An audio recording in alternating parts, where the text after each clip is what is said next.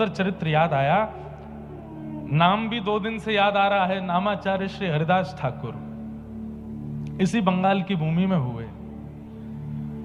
जन्म से मुस्लिम थे, लेकिन भगवत कृपा उनके ऊपर हो गई, उनको उपाधि दी गई। जैसे लोगों के आगे परम पूजनीय श्री श्री लगाया जाता, ऐसे गौड़िया वैष्णव संप्रदाय में हरिदास ठाकुर को नामाचार्य कहते हैं। 3 लाख नाम रोज करते थे।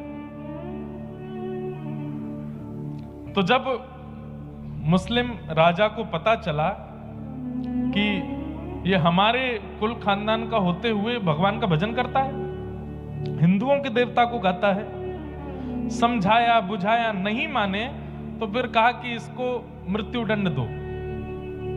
तब किसी सेनापति ने कहा कि बोले मृत्यु दंड तो बहुत सरल होगा, इसको फांसी पे लटका देंगे, इसको क्या 2-4 मिनट दर्द होगा।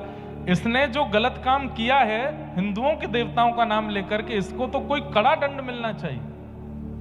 बोले क्या दंड दें? बोले हाथ बांधो, पैर बांधो, बाजार में लेकर के निकलो और इस पर कोड़े बरसाओ। कोड़े में भी कील होनी चाहिए बड़ी बड़ी, वो कील जब इसके कोड़े पड़े और कोड़ा जब हटाया जाए तो पूरे शरीर को छीलते हुए निकले। राजा बोले उससे क्या होगा?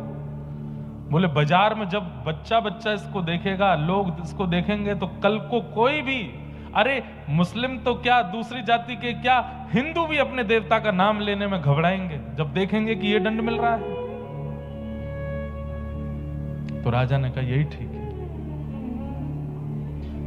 मैंने एक दिन बताया था, हरिदास ठाकुर पर जब कोड़े मारे जाते थे तो रक्त की बूंद नहीं निकलती थी, पिचकारियां निकलती थी शरीर से।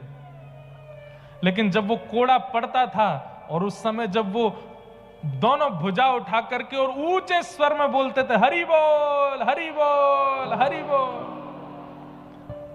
कोड़े बरसाने वाले के चरण पकड़ लेते थे और क्रोध में नहीं, नेत्रों में भाव भरे रहते, अश्रु भरे रहते। बोले बड़ी कृपा। मैं तो चाहता था कि मैं ऊंचे स्वर में नाम गाऊं, लेकिन मैंने पूरी ताकत लगाई, इतना ऊंचा स्वर मेरा पहले कभी नहीं प्रकट हुआ जितना ऊंचा स्वर आपके कोड़े मारने से प्रकट हुआ है, और मारिए।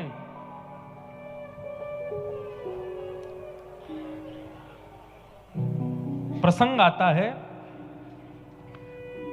कि जब भक्त के ऊपर पीड़ा आती है और भक्त जब क्षमा करने लगता है तो ठाकुर जी फिर बदला लेने के लिए आते हैं।